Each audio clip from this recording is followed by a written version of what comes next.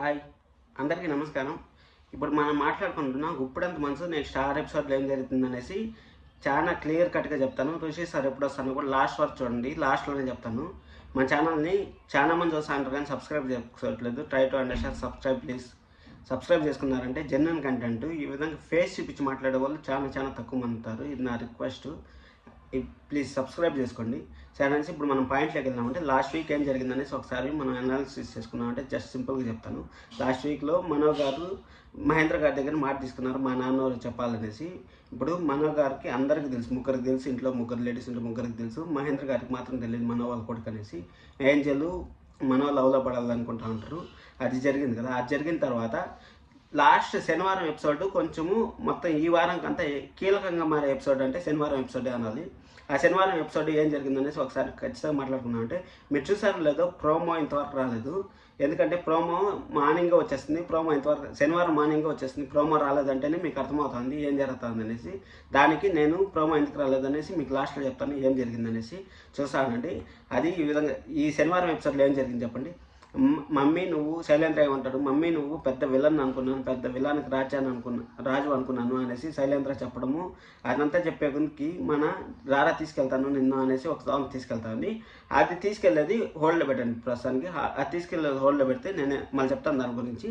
ఇప్పుడు నెక్స్ట్ వస్తారా ఇంటికి ఏడ్చుకుంటూ వస్తుంది. ఇంటికి ఏడ్చుకుంటూ వచ్చే కొద్దికి వాళ్ళ మామగారు ఏమైందమ్మా ఎందుకమ్మా బాధపడతా ఉంటావు, ఏమైంది అనేసి అడిగితే అక్కడ జరిగింది అదంతా చెప్తుంది. ఈ విధంగా రేవతి స్టాండ్ తీసుకుంది నా కోసం అనేసి జరిగింది అదంతా చెప్తే అప్పుడు మహేంద్ర గారు వాళ్ళ మా అన్నలు లేనప్పుడే ఈ పూజ పెట్టుకున్నారంటే నాకు అప్పుడే డౌట్ ఇచ్చిందమ్మా.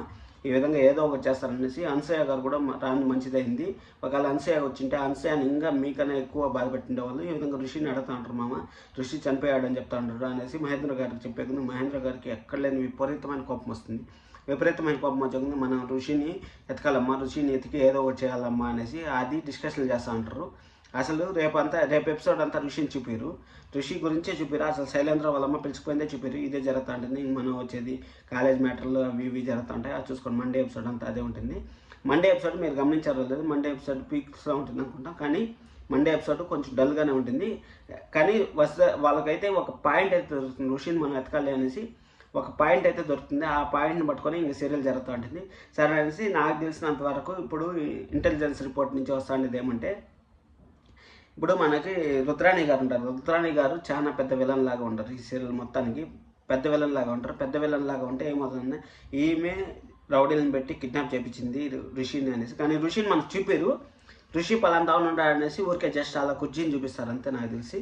ఆ విధంగా ఇంటెలిజెన్స్ రిపోర్ట్స్. ఎందుకంటే ఋషి జాయిన్ అయ్యి ఒక 3-4 డేస్ అయింది. మినిమము 15 డేస్ వెయిట్ చేయాల్సి వస్తుంది మనం ఋషిని చూడాలంటే. అప్పుడు వీళ్ళు ఎక్కడ తప్పిపోయాడు ఋషి, ఎక్కడి నుంచి మిస్ అయ్యాడు ఋషి అనేసి ఈ వారం అంతా. అప్పుడు ఆ ప్రాసెస్లో మనో గారి గురించి కూడా, వాళ్ళ నాన్న గురించి కూడా తెలుసుకోవాలనేసి మనో చేస్తూ ఉంటారు. ఏంజల్ చేస్తూ ఉంటుంది. ఇవంతా చేస్తూ ఉంటారు. అసలు సీరియల్ మొత్తం కలిపి ఒక 8 మంది మధ్య చుట్టూనే తిరుగుతూ ఉంటుంది. వాళ్ళ నాన్న బయటకు వెళ్తారని చెప్తారు కాబట్టి శైలేంద్ర వాళ్ళ నాన్న బయటకు రాడు.